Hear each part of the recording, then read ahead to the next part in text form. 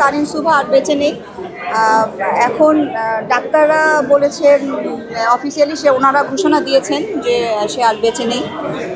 আর এটা আমাদের জন্য অনেক দুঃখজনক একটা ঘটনা।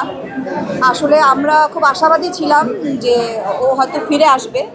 ওর শেষ নিঃশ্বাসটা পর্যন্ত আমরা আশা ছাড়িনি। আর আমাদের এই যে পপুলারে যে ডাক্তাররা আছেন তারা কিন্তু অনেক সাপোর্ট করেছেন, তার ফ্যামিলি অনেক সাপোর্ট করেছে। আর আমরা শিল্পী সমিতির পক্ষ থেকে তো আমরা সবাই ছিলাম, কিন্তু বিশেষ করে জয় চৌধুরী আর সনি রহমানের কথা বলতেই হবে যে ওনারা দুজন অনেক কষ্ট করেছে।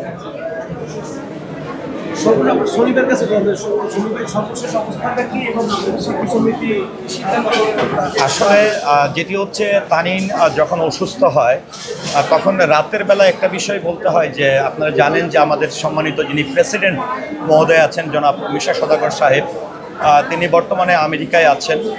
আমি এবং মুক্তি ম্যাডাম ওনার সঙ্গে ভিডিও কলে ছিলাম, যেহেতু ওনার পায়ে একটা বড় অপারেশন হয়েছে। রাত 2টা থেকে 2:30টার দিকে হঠাৎ করে মুক্তি ম্যাডামের কাছে ফোন আসে যে তানিন অসুস্থ হয়ে গেছে। তারপরে এখান থেকে তাকে বনশ্রীর একটা বেসরকারি হাসপাতাল থেকে প্রথমে ইবনে সিনায় নিয়ে আসা হয় এবং আমাদেরকে আসলে আমাদের সম্মানিত প্রেসিডেন্ট কিন্তু একদম নির্দেশনাই দেয় যে তোমরা বেরিয়ে পড়ো, যেভাবেই হোক তানিনকে কোথায় নিতে হবে, কি করতে হবে, তোমরা যাও। তখন আসলে রাত 3টার দিকে প্রচুর বৃষ্টি হচ্ছিল। আমি বেরিয়ে গেলাম, আমাদের জয় চৌধুরী সে টোটালে খোঁজখবর নিচ্ছিল। আমরা তারপরে প্রথমে ইবনে সিনায় নিয়ে আসি। ইবনে সিনায় নিয়ে আসার পরে তখন বাজে প্রায় 3টা, সোয়া 3টা। নিয়ে আসার পরে ওখানে আমরা আইসিইউ না পাওয়ার কারণে আমরা কিন্তু পরবর্তীতে যখন খোঁজ নেই যে আসলে পপুলারে এখানে আইসিইউ খালি আছে, তখন আমরা এখানে নিয়ে আসি।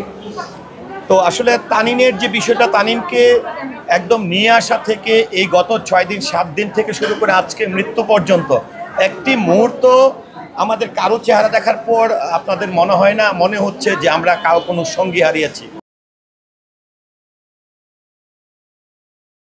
ওয়ালটন আবারও মিলিনিয়ার অফারে ওয়ালটন ফ্রিজ কিনে আপনিও হয়ে যেতে পারেন মিলিয়নিয়ার। মিলিনিয়ার ছড়াছড়ি দেশ জুড়ে, এটা শুধু ওয়ালটনই পারে।